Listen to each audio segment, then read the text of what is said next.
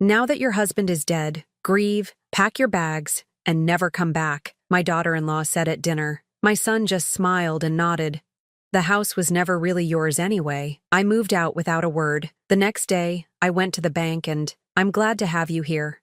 Follow my story until the end and comment the city you're watching from, so I can see how far my story has reached. The dining room felt different without Noel's presence. The mahogany table that had hosted countless family dinners now seemed too large, too empty, despite the three of us sitting around it. I kept glancing at his empty chair, expecting to see him there with his gentle smile and calming presence. It had been exactly 1 week since we buried my husband of 32 years.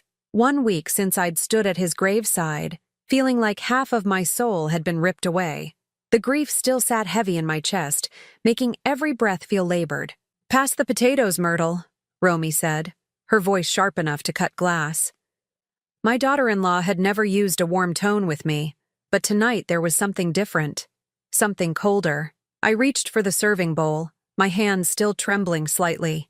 The funeral had drained me more than I'd expected. At 71, I thought I'd prepared myself for this day, but nothing could have prepared me for the hollow ache that followed me everywhere now.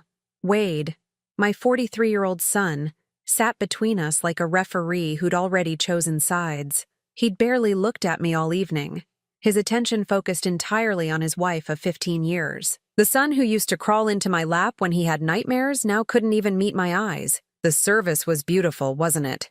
I offered, trying to fill the uncomfortable silence.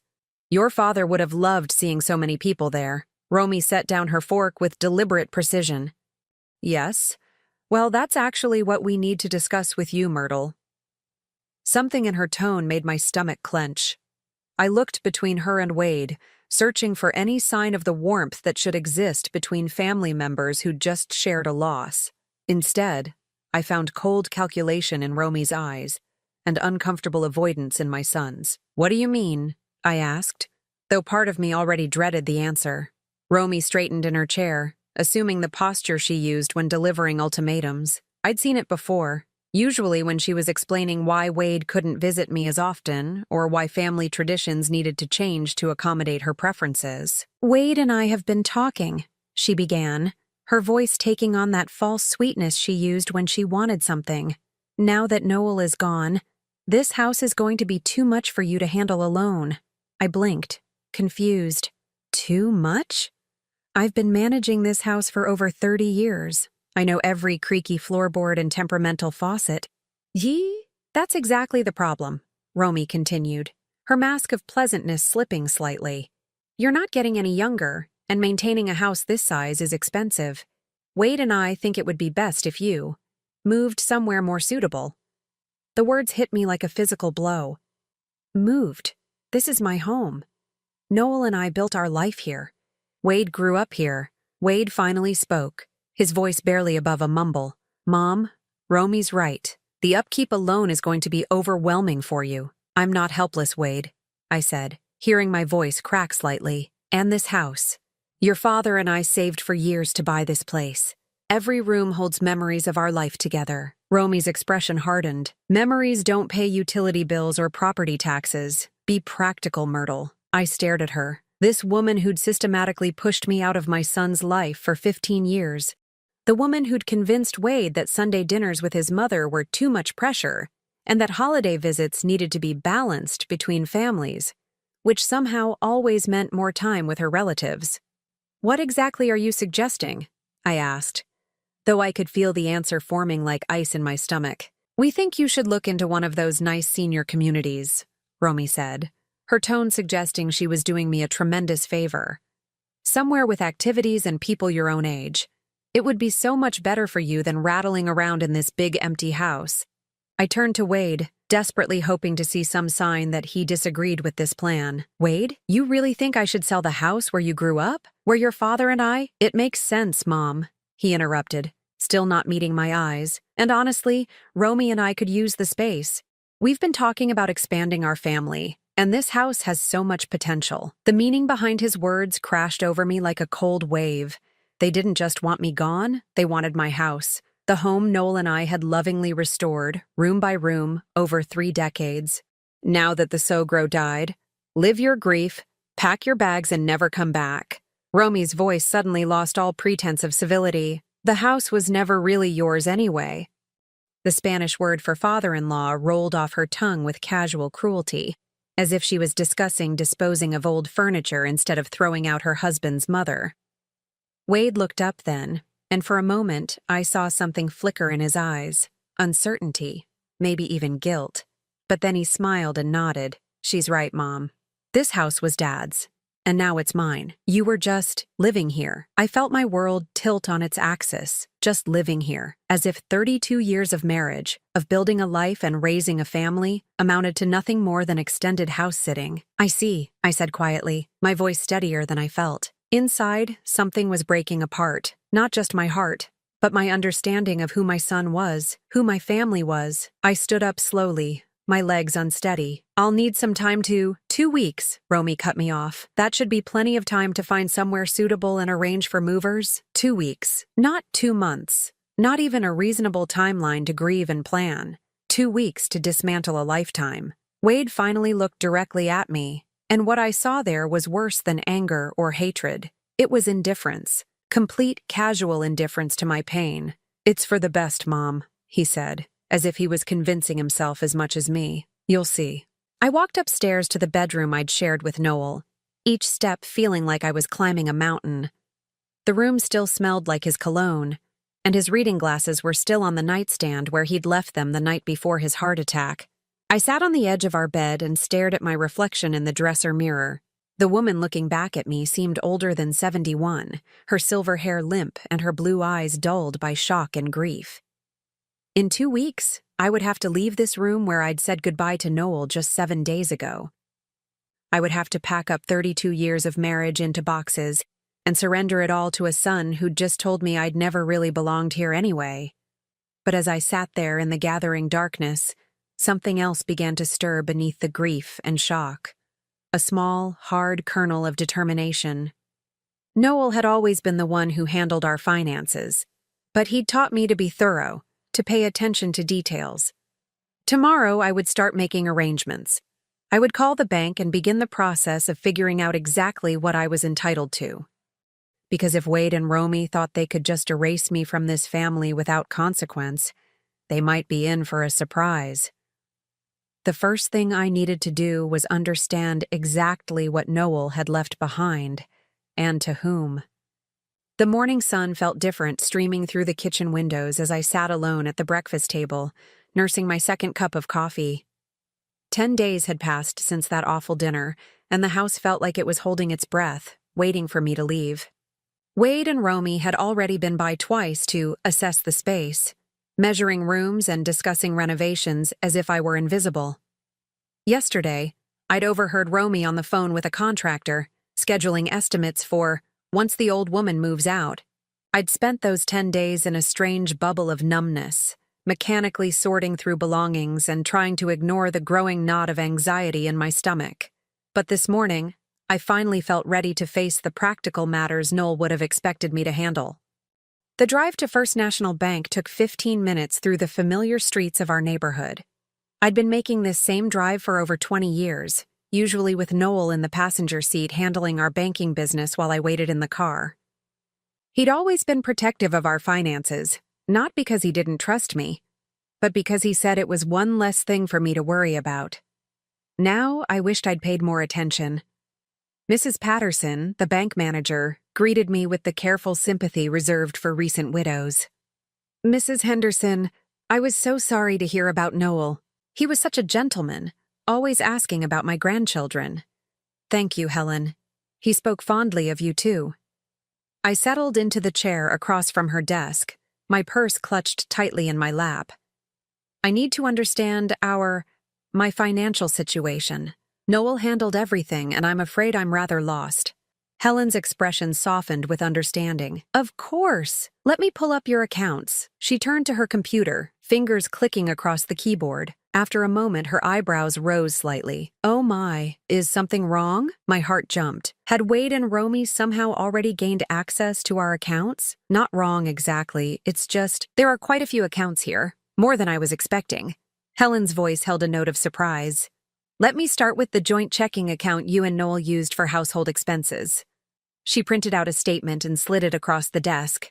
The balance was modest but comfortable, enough to cover my expenses for several months if I was careful. Relief flooded through me. At least I wouldn't be destitute. Now, Helen continued, there's also a savings account in both your names. Another sheet of paper appeared.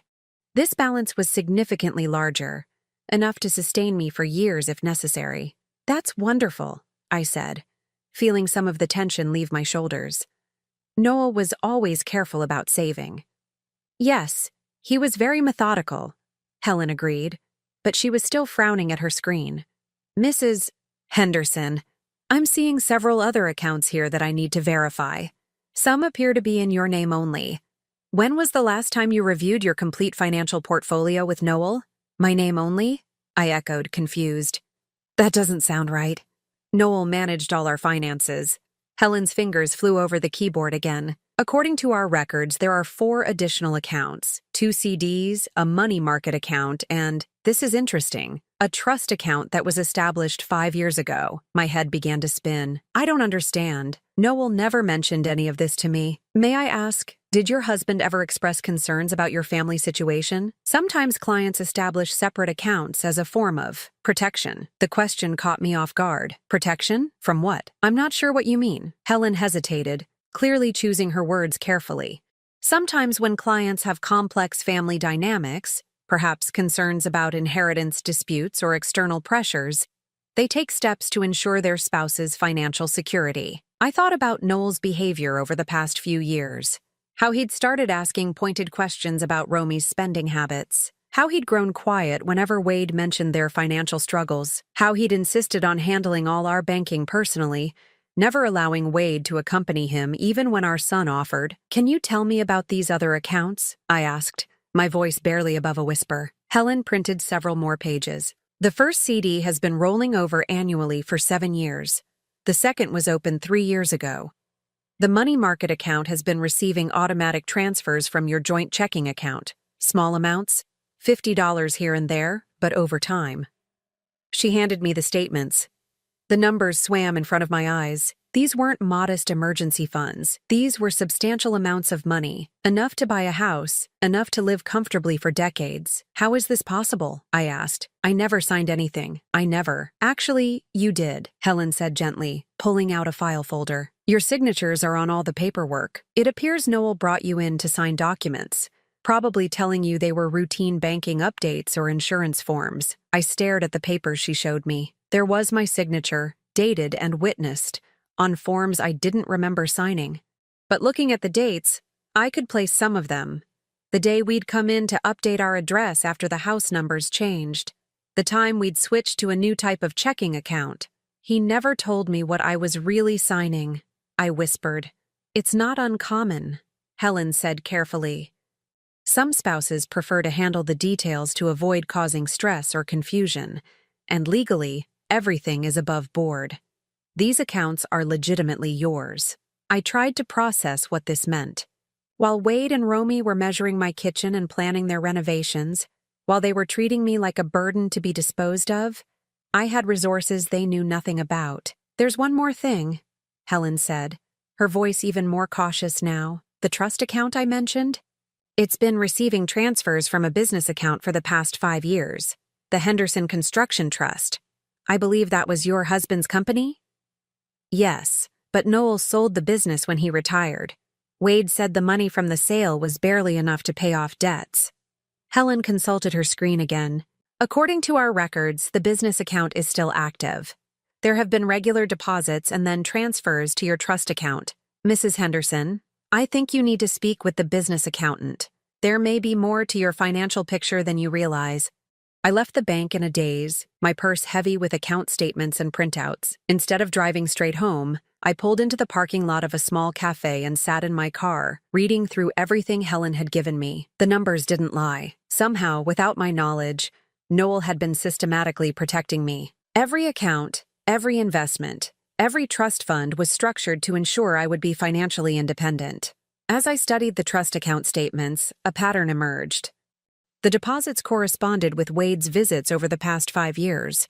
always larger amounts after Wade had asked his father for small loans, or when Romy had hinted about their financial struggles. Noel had been giving our son money, but he'd been protecting an equal or greater amount for me. As if he'd known that someday, I might need to stand on my own. My phone buzzed with a text from Wade. "Mom, Romy found a realtor to list the house. We can start showing it next week. Hope you're making progress on finding a place." I stared at the message for a long moment, then looked again at the bank statements in my lap. Wade and Romy were so confident, so certain they held all the cards. They had no idea that their careful plans were built on a foundation they didn't understand. Tomorrow, I would call the business accountant. I would find out exactly what else Noel had left behind. And then I would decide what to do with the knowledge that my husband had loved me enough to ensure I'd never be at anyone's mercy. The grief was still there, as fresh and sharp as ever. But underneath it, something else was growing. A quiet strength I hadn't felt in years. The accounting office of Morrison & Associates sat in a modest strip mall between a dry cleaner and a tax preparation service. I'd never been here before. Noel had always handled the business meetings himself, claiming it was boring paperwork that would only give me a headache. Now I understood he'd been protecting me from more than just tedium. Margaret Morrison looked to be about my age, with steel gray hair pulled back in a practical bun and kind eyes behind wire-rimmed glasses. She'd been handling Henderson Construction's books for over 15 years, and her expression when I'd called yesterday had been carefully neutral. "Mrs. Henderson," she said, gesturing to a chair across from her cluttered desk. "First, let me offer my condolences. Noel was a good man and an honest businessman. I'm going to miss our quarterly meetings." "Thank you. I wish I could say I knew him as well in business as you did." I settled into the chair, my new bank statements tucked safely in my purse. "I'm trying to understand our financial situation, and the bank mentioned ongoing business income that I wasn't aware of." Margaret's eyebrows rose slightly. "You weren't aware? That's unusual. Noel spoke about you often, and I assumed." She trailed off, seeming to reconsider her words. "Please, I need to understand what's been happening. My son tells me the business was sold years ago and barely covered its debts." "Sold?" Margaret looked genuinely confused. "Mrs. Henderson. Henderson Construction wasn't sold. It was restructured." She turned to her computer, pulling up files. 5 years ago, Noel transferred ownership of the company assets into a trust, the Henderson Construction Trust. You're listed as the primary beneficiary. The room seemed to tilt slightly. "I'm the owner of the construction company? Well, the trust owns it, and you own the trust. It's been quite successful, actually. Your husband was very careful about the contracts he accepted after the restructuring. Smaller jobs, reliable clients, steady income rather than the boom and bust cycle of larger commercial projects." She printed out several pages and handed them to me. "These are the profit and loss statements for the past 5 years. As you can see, the company has been generating consistent revenue." I stared at the numbers, my hands trembling slightly. The annual profits were substantial, more than enough to explain the regular deposits I'd seen in the trust account statements. "But Noel retired," I said weakly. "He wasn't working anymore." "He stepped back from the day-to-day operations, yes, but he maintained oversight and handled the larger strategic decisions. The actual construction work has been managed by Tom Bradley. I believe you know him?" I nodded. Tom had worked for Noel for over 20 years, starting as a young apprentice and working his way up to foreman. He'd been at the funeral, one of the few people there who'd seemed genuinely grief-stricken. "Tom has been essentially running the company for the past 5 years, Margaret continued. "Noel structured it so that Tom receives a percentage of the profits as a performance bonus, which has kept him motivated and loyal. It's been a very successful arrangement." Why didn't Noel tell me any of this? The question came out as barely a whisper. Margaret hesitated, clearly uncomfortable. "Mrs. Henderson, this might not be my place to say, but Noel was concerned about family pressures. He mentioned that your son had been struggling financially and that his wife had expensive tastes. Noel worried that if the family knew about the continued business income, there would be expectations and demands that might compromise your future security." The pieces were falling into place with devastating clarity. Every time Wade had asked his father for a loan, every time Romy had made comments about how comfortable we seemed, Noel had been calculating how to help our son without sacrificing my future independence. He was protecting me, I said, the words heavy with realization. He was protecting both of you in different ways, Margaret said gently. The loans he made to Wade over the years were substantial, but they came from the business operating account, not from your personal assets, and he was very careful to document everything properly. She pulled out another file folder. These are copies of all the loan agreements between the business and your son. Noel insisted on treating them as formal business transactions, with payment schedules and interest rates. I opened the folder with shaking hands. Page after page of loan documents, each one signed by both Noel and Wade. The amounts were staggering, tens of thousands of dollars over the past 5 years, supposedly for Wade's various business ventures and investments. Has Wade been making payments on these loans? I asked, though I already suspected the answer. Margaret's expression grew uncomfortable. The payment schedule shows significant arrears. As of last month, the outstanding balance with accumulated interest is approximately $87,000. The number hit me like a physical blow. Wade owed the family business, my business, nearly $90,000, while simultaneously claiming his father had left nothing but debts. What happens to these loan obligations now? I asked. They transfer with the business assets. As the new owner of the trust, you have the legal right to demand payment or restructure the terms as you see fit. I thought about Wade and Romy measuring my kitchen, planning their renovations, discussing when they could start showing the house. They were so confident, so certain they deserved everything Noel had built. There's one more thing you should know, Margaret said, her voice even more careful now. Last month, your son contacted me directly. He said that with his father's passing, he'd be taking over management of the business affairs. He asked me to prepare a transfer of ownership documents. And? I told him I'd need written authorization from the trust beneficiary. From you. He seemed surprised that you were involved in the business structure at all. So Wade had been planning to claim the business along with the house, assuming I was too grief-stricken and naive to understand what was happening. The betrayal cut deeper than I'd thought possible. Margaret, I need to ask you something confidential, I said. If I wanted to maintain the current business structure with Tom continuing to manage operations, would that be feasible? Absolutely. Tom has been hoping to hear from you, actually. He's concerned about the company's future and his own job security.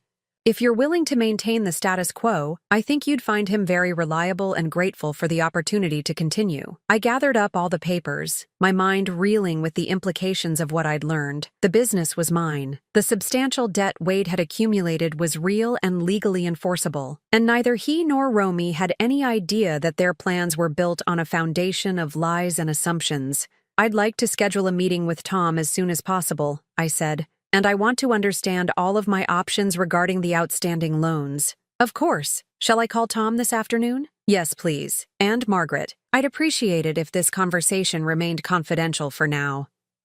Absolutely. Client confidentiality is sacred in this business. As I drove home, my phone buzzed with another text from Romy. Myrtle, the realtor wants to schedule a photographer for tomorrow. Make sure the house is clean and decluttered. First impressions matter for potential buyers.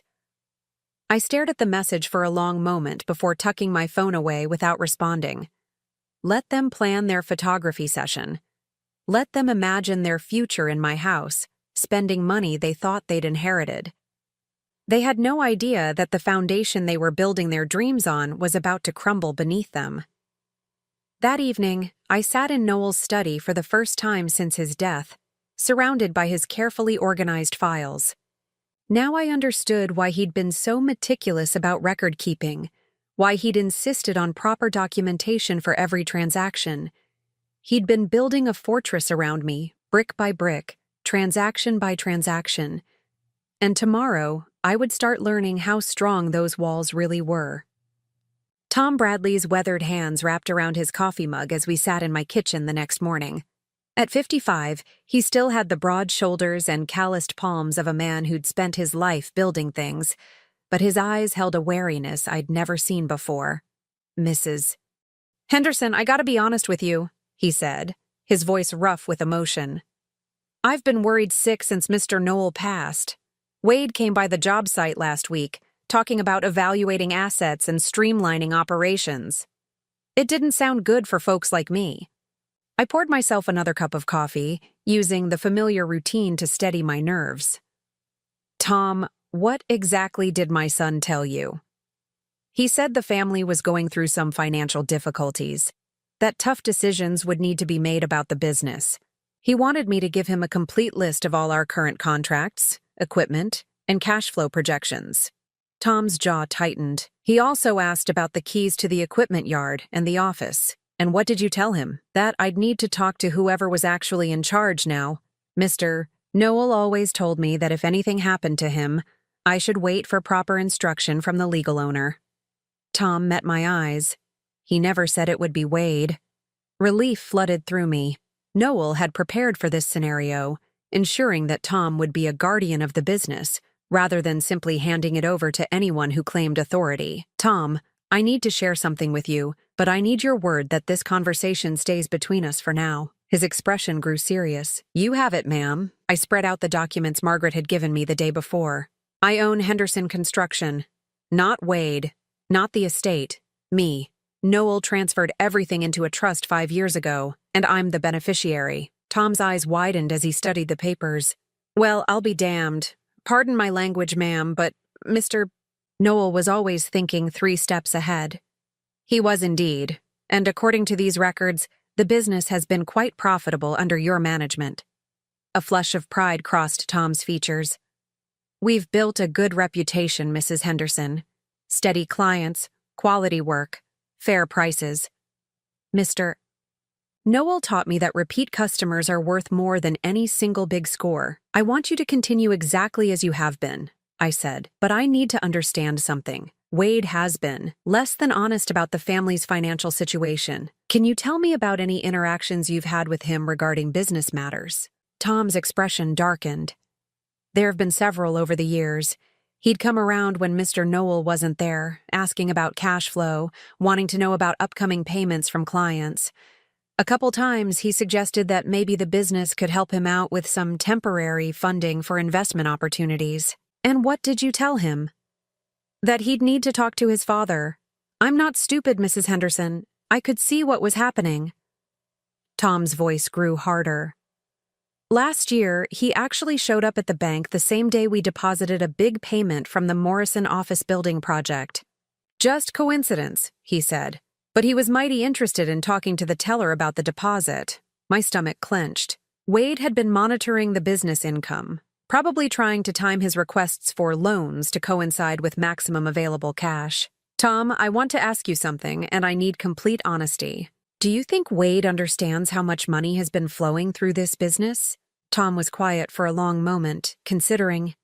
"I think he knows it's more than your family let on, but I don't think he knows the full extent.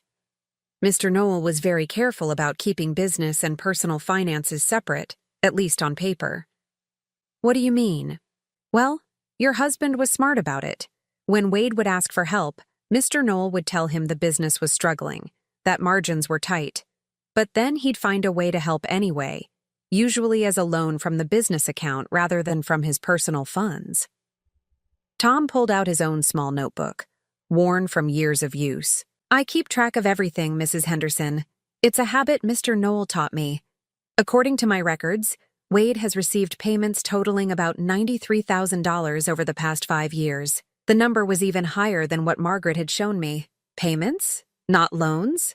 That's what I mean about Mr. Noel being smart. He'd structure them as loans on paper, with payment schedules and everything. But he never actually enforced the payment terms. Wade would miss a payment, and Mr. Noel would just let it slide. So Wade thinks he owes nothing." "Wade acts like he owes nothing," Tom corrected. "Whether he really believes it or just pretends to believe it, I can't say." As if summoned by our conversation, I heard a car door slam in the driveway. Through the kitchen window, I could see Wade's Honda Pilot parked behind Tom's work truck. "That's my son," I said quietly. I don't want him to know we've been talking about business matters. Tom nodded and quickly gathered up the papers I'd shown him. Mrs. Henderson, whatever you decide to do, you have my full support. Mr. Knoll was a good man, and he trusted you enough to put everything in your name. That's good enough for me. Wade walked in without knocking, something that would have irritated Noel but which I'd learned to accept over the years. "Morning, Mom," he said, barely glancing at Tom. "I wasn't expecting company." "Tom stopped by to check on me," I said smoothly. "You know how thoughtful he's always been." "Right." Wade's attention was already elsewhere, his eyes scanning the kitchen as if evaluating it for resale. "Actually, Tom, I'm glad you're here. We need to talk about the business situation." Tom's expression became carefully neutral. "Oh. With Dad gone, there are going to be some changes. The family needs to make some practical decisions about assets and ongoing obligations." I watched this exchange with fascination. Wade was so confident, so certain of his authority. He had no idea he was trying to claim something that had never belonged to him. "What kind of changes?" Tom asked. "Well, we'll need to evaluate whether it makes sense to continue operations, or if it would be better to liquidate assets and settle any outstanding debts." Wade's tone was casual, as if he were discussing what to have for lunch. "I see. And who's making these decisions?" Wade blinked, clearly not expecting the question. "The family, of course. I'll be handling Dad's business affairs going forward." "Will you now?" Tom's voice was carefully neutral, but I caught the slight emphasis on you. "Mom, you might want to make some fresh coffee," Wade said, dismissing me as he always had when important conversations were taking place. "Tom and I need to discuss some technical details." But I didn't move. For the first time in years, I stood my ground. "I'll stay, thank you. This is my kitchen, and Tom is my guest." Wade looked surprised, but shrugged. "Fine. Tom, I'll need you to prepare a complete inventory of all equipment, vehicles, and current contracts. I'll also need access to the business accounts, so I can assess the financial situation." "I'd be happy to help with that," Tom said carefully. "Who should I coordinate with regarding authorization for account access?" "With me, obviously. And you have the legal authority to access Henderson construction accounts because—" Wade's confidence wavered slightly. "Because I'm Noel Henderson's son and heir." "I see. And do you have documentation showing that you're authorized to act on behalf of the business?" The kitchen fell silent, except for the ticking of the old clock above the sink. Wade's face was reddening, and I could see him struggling between irritation and uncertainty. "Look, Tom, I don't think you understand the situation here," Wade said, his voice taking on the condescending tone he used when he felt challenged. "This isn't a hostile takeover. I'm trying to clean up Dad's affairs and make sure everyone gets taken care of. But I can't do that if you're going to make things difficult." "I'm not trying to make things difficult," Tom replied evenly. "I'm just trying to understand who I'm supposed to be taking orders from. Your father was very clear about proper procedures and documentation." Wade turned to me, clearly expecting support. "Mom, explain to Tom that I'm handling Dad's business matters now." I looked at my son, this man who was planning to sell my house out from under me, who had accumulated nearly $90,000 in debt while claiming his father left nothing behind, and made my choice. "Actually, Wade, I think Tom is right to ask for proper documentation," I said quietly. "Your father was always very careful about these things." Wade stared at me as if I'd grown a second head. "What are you talking about?" "I'm talking about making sure everything is handled properly and legally. Surely you can understand the importance of that." For the first time since this conversation began, Wade looked uncertain, and watching that uncertainty creep across his features, I felt something I hadn't experienced in years: power. The phone call came at 7 in the morning, 3 days after my confrontation with Wade in the kitchen. I'd been expecting it. You can't question someone's assumed authority without consequences, especially when that someone is used to getting his way. "Mom, we need to talk. Now." Wade's voice was tight with barely controlled anger. "Romy and I are coming over. It's rather early, don't you think?" "This can't wait. We'll be there in 20 minutes. The line went dead before I could respond. I took my time getting dressed, choosing a navy blue dress that Noel had always said made me look dignified. If this was going to be a confrontation, I intended to face it properly. They arrived exactly 20 minutes later, Romy's heels clicking aggressively on the front porch. I opened the door before they could knock. maintaining the small advantage of being the hostess in my own home. "Good morning," I said pleasantly, as if this were a social visit. Romy pushed past me into the living room, her designer purse clutched like a weapon. Wade followed, his face grim. They both remained standing, positioning themselves between me and the door in what I recognized as an intimidation tactic. "Mom, I don't know what kind of game you think you're playing," Wade began. "But Tom Bradley called yesterday and said he can't provide me with business information without proper authorization. What did you tell him?" I settled into Noel's favorite armchair, the one with the best view of the room. "I told him to follow proper procedures. Your father would have expected that." "Proper procedures?" Romy's voice was shrill. "Wade is Noel's son and heir. What more authorization does anyone need?" "Legal authorization," I said calmly. "The kind that comes with actual ownership." Wade's eyes narrowed. "What are you talking about? Dad's will leaves everything to the family." "I'm the executor, which means I handle all the assets until probate is settled." "Actually, Wade, that's not quite accurate." I reached for the folder I'd placed on the side table, the one containing all the documents Margaret Morrison had given me. Wade and Romy both tensed as I opened it. "Your father's will does indeed leave his personal possessions and this house to the family," I continued, "but Henderson Construction isn't part of his estate. It hasn't been for 5 years. "What are you talking about?" Wade demanded. I pulled out the trust documents and set them on the coffee table between us. "Henderson Construction has been owned by the Henderson Construction Trust since 2019. I am the sole beneficiary of that trust." The silence that followed was deafening.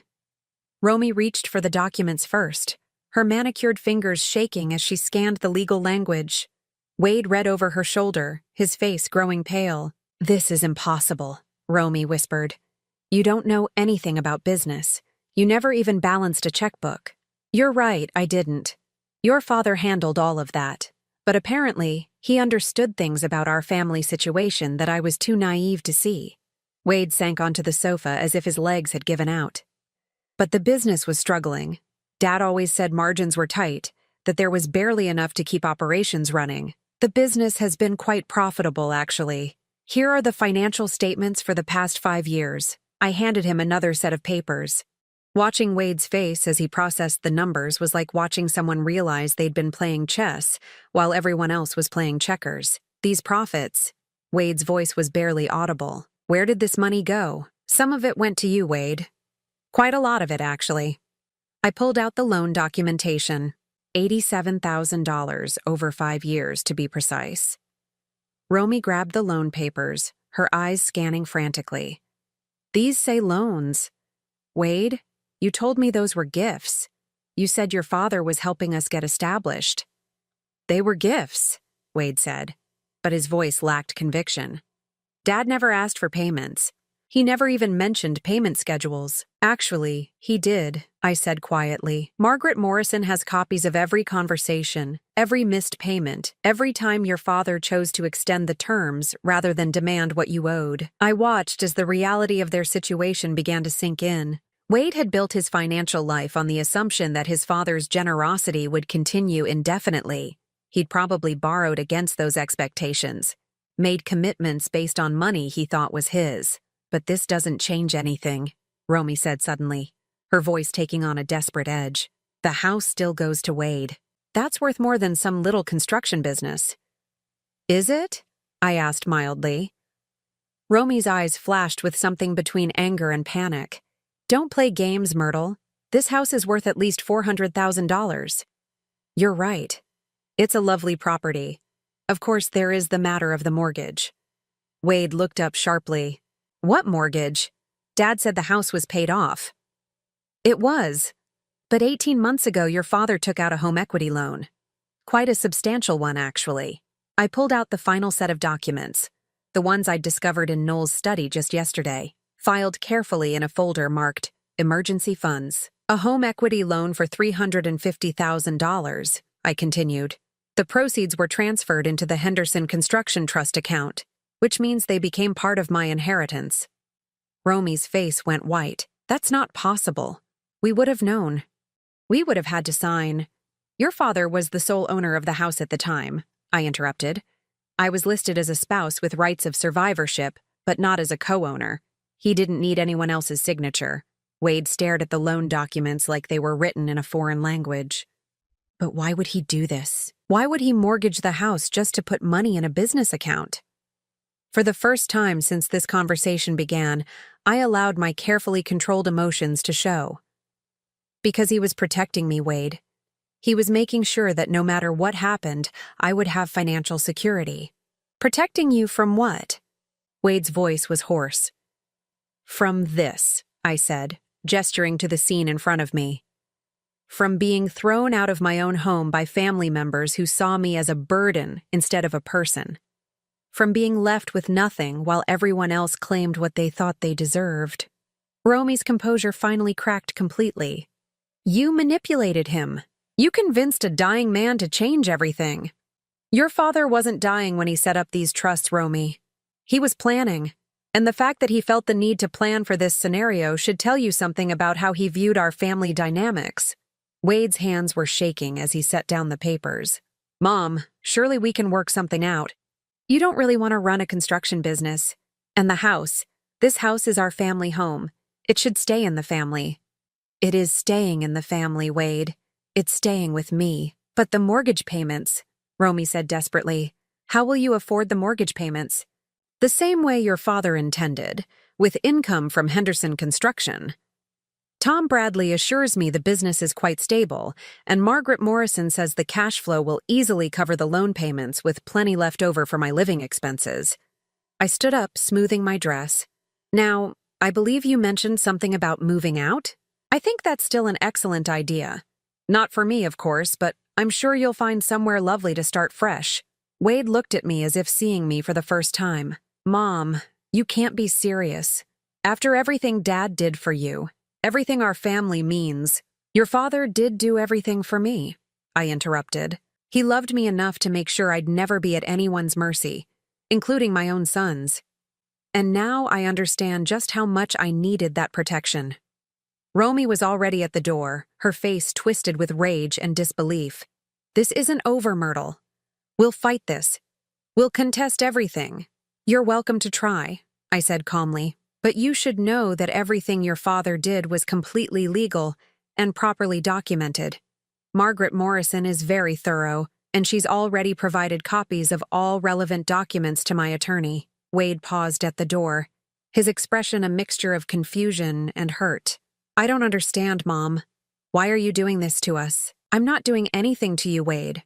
I'm simply refusing to let you do it to me. After they left, I sat alone in the sudden quiet of my house, and felt something I hadn't experienced in decades. For the first time since I was a young woman, I was completely financially independent.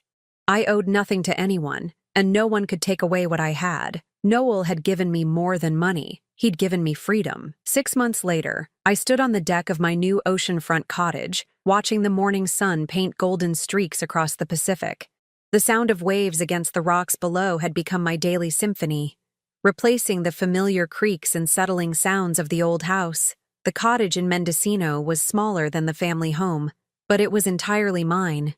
Every piece of furniture, every decorative choice, every room reflected my taste rather than compromises made over 32 years of marriage. I'd discovered, to my surprise, that I had excellent taste when nobody else was offering opinions. Henderson Construction continued to thrive under Tom Bradley's management. He called every Friday afternoon to update me on current projects and upcoming contracts, and quarterly profits were deposited directly into my account.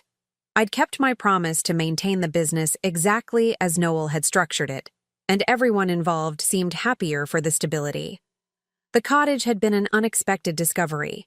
While researching properties in coastal California, I'd learned that Noel had purchased it 3 years ago through the construction trust. Margaret Morrison had found the deed while organizing business assets, along with a note in Noel's handwriting, for Myrtle's retirement, when she's ready for ocean air and no schedule but her own. Even in death, my husband was still taking care of me. This morning was special, though.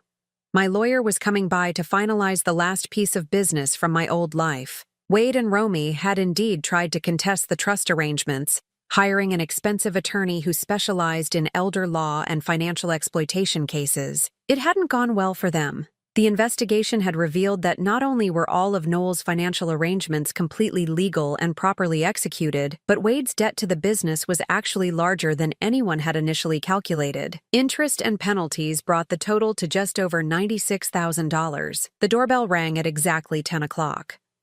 James Patterson, no relation to Helen from the bank, was a precise man who believed punctuality reflected character.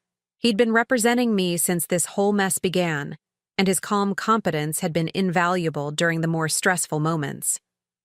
"Good morning, Myrtle," he said, settling into the comfortable chair by the window that had become his usual spot during our meetings. "I have the final settlement agreement for your review. I poured coffee from the French press I'd learned to use, another small freedom in my new life, and sat across from him. How did they take the final terms?" James's expression suggested controlled amusement. "About as well as you'd expect. Wade's attorney spent considerable time arguing that family obligations should supersede business contracts, but ultimately the law is quite clear on debt obligations." He handed me the settlement documents. After 6 months of legal wrangling, Wade and Romy had agreed to terms that acknowledged the full debt and established a payment plan that would take them 8 years to complete, assuming they never missed a payment. They tried once more to negotiate a family forgiveness clause. James continued. "Wade actually broke down in the final meeting, claiming that you were destroying your relationship with your only son over money. And what did you tell them?" "I reminded them that I was representing your financial interests, not your family relationships. Though I may have mentioned that most mothers don't have to sue their children to collect legitimate debts. The settlement also included a provision that particularly satisfied me. If Wade and Romy defaulted on payments, the business could legally garnish Wade's wages and place liens on any property they purchased. It was a safety net that would ensure I received what was owed, regardless of their future financial decisions." "There's one more thing," James said, pulling out a separate envelope. "This arrived for you yesterday." The envelope was addressed in Wade's familiar handwriting. Inside was a brief note on plain paper. "Mom, I know you probably won't forgive me for fighting you on this, but I wanted you to know that I finally understand what Dad was doing. It took losing almost everything for me to see how much I'd taken for granted. Romy and I are getting marriage counseling, and I'm working 2 jobs to meet the payment schedule. I'm hoping that someday you might be willing to talk to me again. I'm sorry for everything. Wade." I folded the letter carefully and set it aside. The apology was genuine, I could tell, but it was also 6 months too late and motivated by consequences rather than conscience. "Any response you'd like me to convey?" James asked. "No. If Wade wants to rebuild a relationship with me, he can do it the same way he'll pay off his debt. Gradually, consistently, and over time." After James left, I took my coffee out to the deck and read Wade's letter again. The grief was still there, not just for Noel, but for the son I'd thought I'd raised and the family relationships I'd believed were real. But underneath the sadness was something stronger, a deep satisfaction that I'd stood up for myself when it mattered most. My phone rang, interrupting my thoughts. The caller ID showed a number I didn't recognize, but something about it seemed familiar. "Hello? Mrs. Henderson? This is Linda Morrison, Margaret's daughter. I hope you don't mind me calling." I did remember Linda, a nurse who worked at the regional hospital. Margaret had mentioned her occasionally during our meetings. "Of course not, dear. How can I help you?" "Well, it's actually how you might help us. Mom told me about your situation, about how you had to rebuild your life after family difficulties. I'm starting a support group for women who've had to deal with financial manipulation by family members, and I wondered if you might be willing to share your experience." The request caught me off guard. I'm not sure I'd know what to say. You'd be surprised how many women find themselves in similar situations. Adult children who feel entitled to their parents' assets, spouses who hide financial information, family members who mistake kindness for weakness. Your story could help other women understand their rights and find the courage to protect themselves. I thought about this for a moment, watching a pelican dive for fish in the bay below. 6 months ago, I'd been a grieving widow facing homelessness at the hands of my own son. Today, I was financially independent, living exactly where I wanted to live, accountable to no one but myself. "When would you like me to speak?" I asked. "Really? You'll do it?" "I think I will. But not about revenge or legal battles. I want to talk about the difference between being a loving family member and being a doormat. About the importance of understanding your own financial situation. About the gift Noel gave me when he protected my future, even from our own son." We scheduled the speaking engagement for the following month. After hanging up, I realized that helping other women navigate similar situations felt like a purpose, a way to honor both Noel's protection and my own hard-won independence. That evening, I did something I'd started doing every night since moving to the cottage. I sat on my deck with a glass of wine and watched the sunset, taking time to appreciate the simple fact that this view, this peace, this freedom was entirely mine. No one could take it away from me. No one could vote me out of my own life. No one could decide I was disposable. The cottage was quiet except for the ocean's rhythm and the distant call of seabirds settling in for the night. Tomorrow, I would tend to my garden, maybe drive into town for lunch at the little bistro where the owner always saved me the table by the window. Simple pleasures that belonged entirely to me. Wade's debt would be paid eventually, whether he managed it responsibly or the business had to garnish his wages. The legal settlement ensured that justice would be served regardless of his choices. But the real victory wasn't financial. It was the knowledge that I'd found the strength to demand the respect I deserved. As the last light faded from the sky, I raised my glass in a silent toast to Noel, wherever he was. He'd loved me enough to ensure I'd never be helpless, never be dependent on the mercy of people who saw me as expendable. And he'd loved me enough to make sure that when the test came, I'd have everything I needed to pass it. The ocean continued its eternal conversation with the shore, and I sat in my own home, on my own deck, living my own life, finally understanding what freedom really meant. It meant never again having to beg for a place at a table that should have been mine by right. It meant peace. Now, I'm curious about you who listened to my story. What would you do if you were in my place? Have you ever been through something similar? Comment below. And meanwhile, I'm leaving on the final screen 2 other stories that are channel favorites, and they will definitely surprise you. Thank you for watching until here.